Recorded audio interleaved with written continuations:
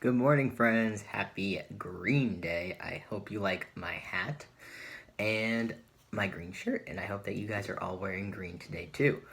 We are going to get started today, continuing our Harry Potter read aloud with Chapter 6. Alright, where were we? Yes, Harry was asking Ron what his older brothers do now that they are not at Hogwarts anymore. Because remember, he just learned he's a wizard, so he doesn't know anything about the wizarding world yet. And we're going to learn it along with him. So, let's go. So what do your oldest brothers do now that they've left anyway? Asked Harry. Harry was wondering what a wizard did once he'd finished school. Charlie's in Romania studying dragons, and Bill's in Africa doing something for Gringotts, said Ron. Did you hear about Gringotts? It's been all over the Daily Prophet, but I don't suppose you get that with the Muggles. Someone tried to rob a high-security vault. Harry stared. Really? What happened to them? Nothing. That's why it's such big news. They haven't been caught. My dad says it must have been a powerful dark wizard to get around Gringotts, but they don't think they took anything. That's what's odd. Of course, everyone gets scared when something like this happens in case you know who's behind it. Harry turned this news over in his mind. He was starting to get a prickle of fear every time you know who was mentioned. He supposed this was all part of entering the magical world, but it had been a lot more comfortable saying Voldemort without worrying. What's your Quidditch team? Ron asked. I don't know any, Harry confessed. What? Ron looked dumbfounded. Oh, you wait. It's the best game in the world. And he was off, explaining all about the 4 balls and the positions of the 7 players, describing famous games he'd been to with his brothers and the broomstick he'd like to get if he had the money.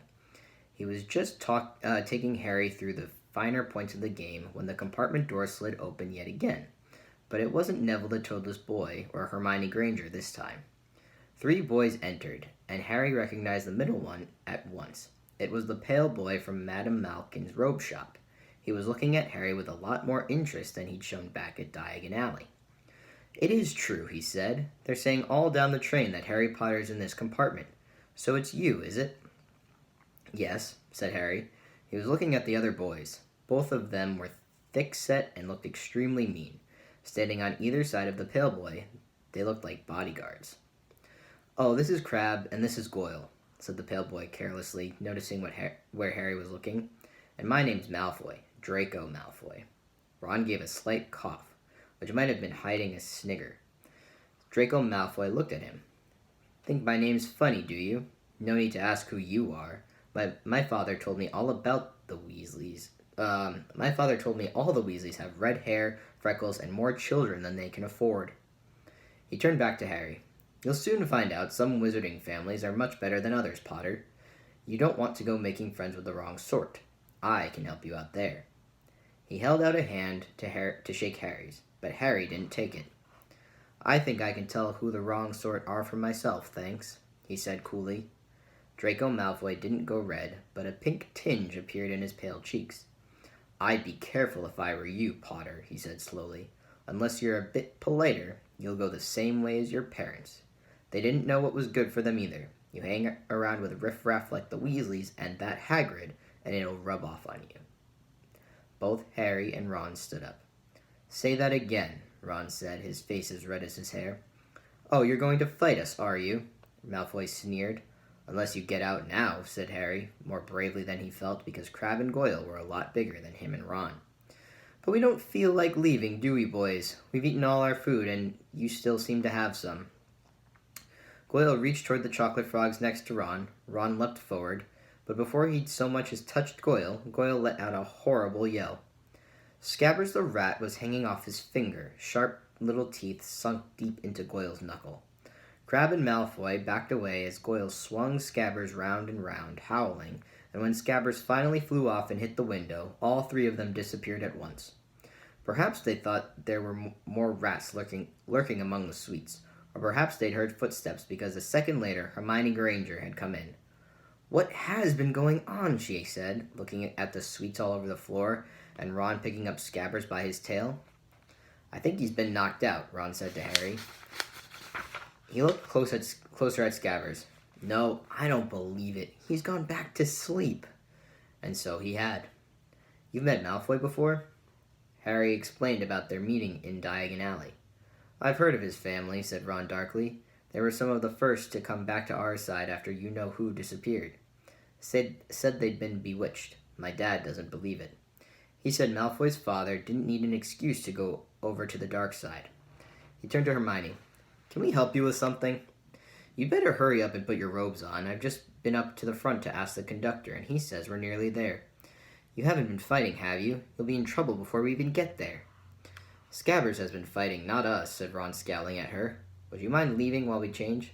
All right, I only came in here because people outside are behaving very childishly, racing up and down the corridor, said Hermione in a sniffy voice.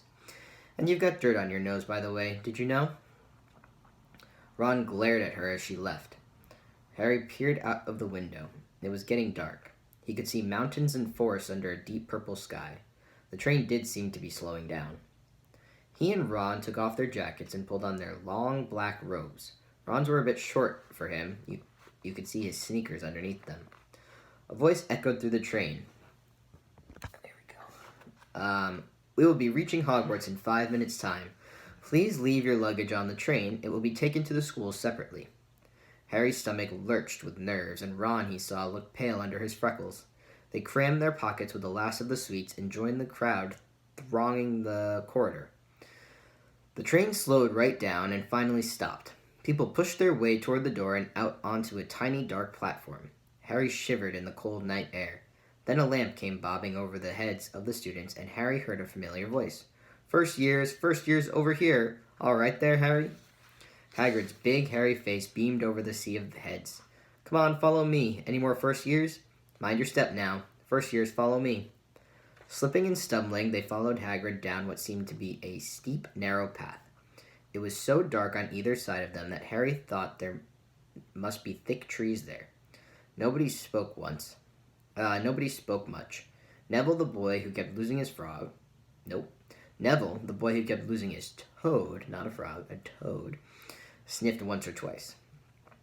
You'll get your first sight of Hogwarts in a sec, Hagrid called over his shoulder. Just around the bend here.